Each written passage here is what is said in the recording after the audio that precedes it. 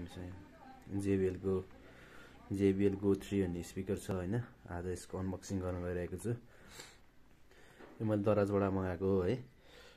JBL Go 3 Bluetooth 5.1 version छ।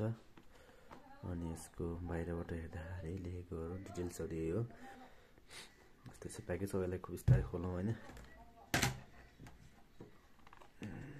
हामीसँग खासै बक्स प्याकेज पनि दामी छ है। यसको चाहिँ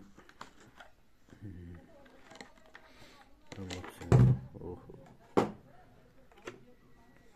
वाह, कभरहरुलाई साइड राखौँ पहिला।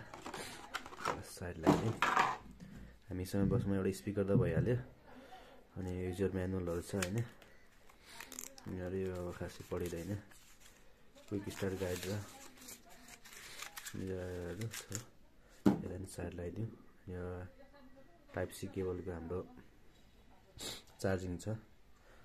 अनि हाम्रो मेन स्पिकर चाहिँ हो है। ओहो, बिल्ड क्वालिटी पनि दामी रहेछ। फ्याब्रिक युज गरेको भएर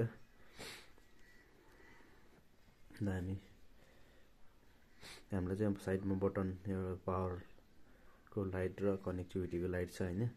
यसमै हुन्छ।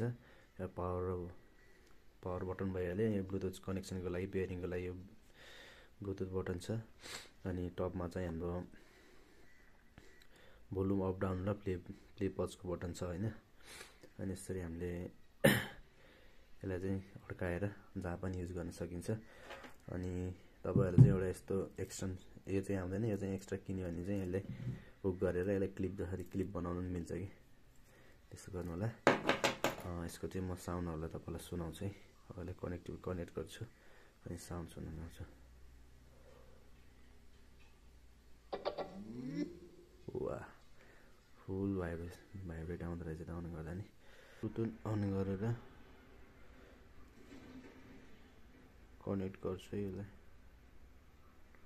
JBL Go 3 कनेक्ट भयो। साउन्ड आयो। म यसलाई यसमा नन कपिराइट म्युजिक बजाउँछु है। मैले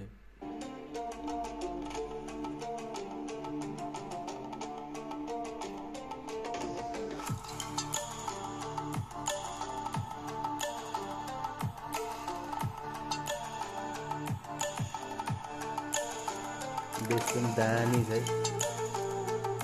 मेरो लाउड क्लियर छ हैन। 60% भोल्युममा हो यो चाहिँ अहिले।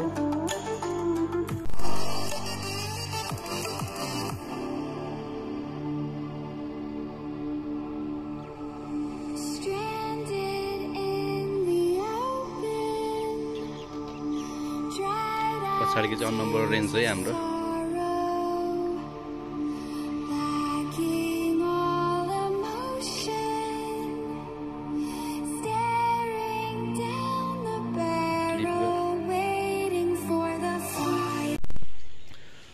यो स्पिकर चाहिँ एकदम लाइट वेट अनि एकदम पोर्टेबल छ है। सानो साइज भएकोबाट म्युजिक पनि दामी हुन्छ। ट्रेकिङहरु यताउता हैन, सिंगल यसो म्युजिक सुन्दै काम गर्नलाई दामी हुन्छ। साउन्ड पनि अति बवालै छ। बेस पनि झन् यति सानो भए पनि दामी छ बेस चाहिँ है। अनि ब्याट्री ब्याकअप चाहिँ यसको 4 घण्टा भनेछ कम्पनीले। लगभग मैले फुल त चेक त गरेको छैन है। लगभग 3.5 घण्टा त पाइहाल्यो नि। 3 घण्टा 3.5 घण्टा जति त पाइहाल्यो।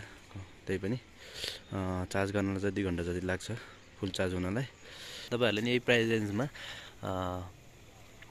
खोज्दै हुनुहुन्छ भने चाहिँ यो म रिकमेन्ड गर्छु है। यो स्पिकर चाहिँ दामी छ, यही किन्नु होला भन्दै सानो अनबक्सिङ एन्ड सर्ट रिभ्यूलाई म यही अन्त्य गर्दै मेरो च्यानललाई सब्स्क्राइब र लाइक शेयर गर्न नभुल्नु होला भन्दै बिदा हुन चाहन्छु। Bye bye.